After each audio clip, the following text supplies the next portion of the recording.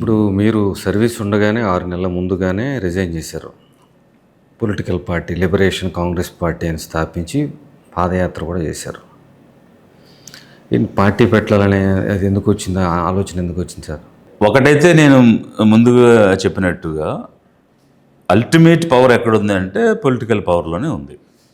దేనికి ఆ పవర్ అంటే జనానికి ఏదైనా చేయడానికి, జనం కోసం పనిచేయాలి, జనం అభివృద్ధి కోసం పనిచేయాలి అని అంటే యూ నీడ్ సమ్ పవర్. ఆ పవర్ ఎక్కడుంది అంటే లేనటువంటి, అంటే within the framework of the constitution, subjective boundaries లేనటువంటిది, అంటే మనం చేయగలిగే చట్టాలు, తీసుకురాగలిగే పాలసీలు, అంటే ఆ decision making, policy making, law making అనేటువంటివన్నీ అక్కడే ఉన్నాయి. కాబట్టి ఏదైనా మనం మెరుగ్గా చేయాలంటే అక్కడైతేనే సాధ్యమవుతుంది అనేటువంటి ఆలోచన ముందు నుంచి ఉంది.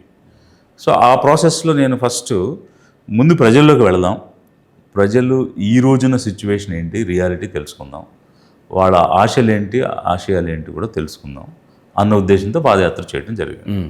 ఆ పాదయాత్ర చేస్తున్నప్పుడు అఫ్కోర్స్ చాలా వరకు తెలిసినటువంటి అంశాలు, తెలియనటువంటి అంశాలు ఏంటంటే, అంటే మనం పైకి చెప్తున్నట్టు మన రాష్ట్రం బాగా అభివృద్ధి చెందిపోయింది, పేదరికం లేదు, లేకపోతే అన్ని రకాల వసతులు ఉన్నాయి, అన్ని అవకాశాలు ఉన్నాయి, అందరికీ ఉన్నాయి అని మనం స్పీచ్లో చెప్పుకోవచ్చు. కానీ but reality is not that.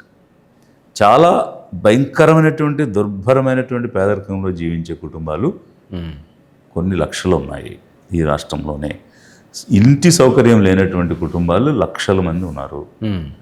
ప్రాథమిక అవసరాలు తీరనటువంటి కుటుంబాలు లక్షల మంది ఉన్నారు. అంటే even primary needs, food, shelter and clothing, ఇవి కూడా తీరనటువంటి కుటుంబాలు మన రాష్ట్రంలో కూడా ఉన్నాయి అనేటువంటిది ఒక కనువిప్పు లాంటి అంశం. So revolution. సో అట్లాంటి రెవల్యూషన్స్ చాలా ఉన్నాయి. వెళ్తే తాగునీరు లేక కేవలం వాడు ఒక 150 రూపాయలు 200 రోజు కూలి సంపాదిస్తే అందులో 40 రూపాయల నుంచి 80 రూపాయలు నీరు కొనుక్కోవడానికి వాడే పరిస్థితి ఉందని మహిళలు చెప్పినటువంటి పరిస్థితి ఉంది. సో ఇళ్ళు లేవు, ఒకవైపు సరైన పౌష్టికాహారం లేదు, ఇంకోవైపు తాగునీరు కూడా లేదు. ఇదంతా ఒక ఎత్తు అయితే పేదలు నివసించే ప్రదేశాలు వేరు, ధనికులు నివసించే ప్రదేశాలు వేరు.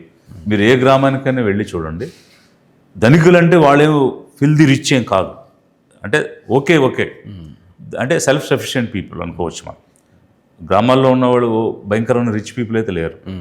But at the same time అంటే ఆ సెల్ఫ్ సఫిషియన్సీ ఉండి ఒక లెవెల్ ఆఫ్ లైఫ్ స్టైల్ ఉన్నటువంటి వాళ్ళు జీవించే ఏరియాస్లో మీకు ఇన్ఫ్రాస్ట్రక్చర్ ఉంది, రోడ్స్ ఉన్నాయి, డ్రైన్స్ ఉన్నాయి, ఎలక్ట్రిసిటీ లైట్స్ ఉన్నాయి, డ్రింకింగ్ వాటర్ పైప్ లైన్స్ ఉన్నాయి, ఇవన్నీ ఉన్నాయి.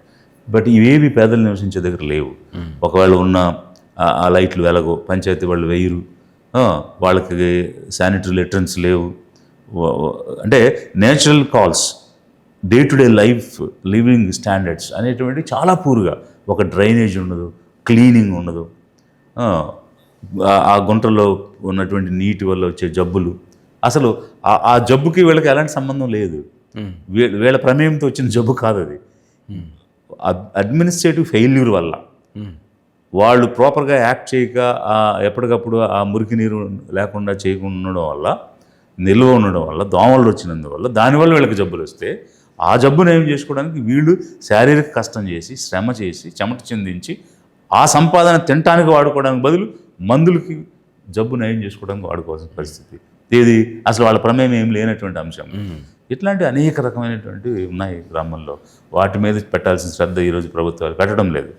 వాళ్ళు ఎంతసేపు హైప్, ఇది ఇచ్చాం, అది ఇచ్చాం, ఇది ఇస్తాం, అది ఇస్తామని ఒక హైప్, ఆ హైప్కి బాకా కొట్టడానికి ఒక మీడియా, ఇది పెట్టుకుని ఇదే నిజం, ఇదే వాస్తవం అని జనాల్లో చొప్పింపజేయడానికి, ఓదరగొట్టడానికి ప్రయత్నం చేస్తున్నారు తప్ప what is the real problem faced by the people, what are their expectations, what the government is expected to do అన్న యాంగిల్లో పనిచేసే పరిస్థితి కనిపిస్తుంది.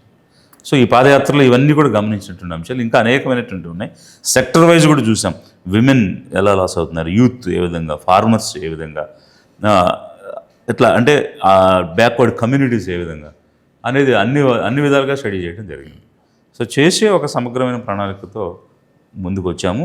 రాబోయే రోజుల్లో సెక్టర్ వైజ్ ఒక్కొక్క వర్గానికి ఏ విధంగా మనం మేలు చేసి, జీవనోపాధులు కల్పించి, ఆదాయాన్ని ఇచ్చి వాళ్ళని పైకి తీసుకురావాలనే దానికి ప్రణాళికలు కూడా తయారు చేసుకుని ముందుకు వస్తున్నాం.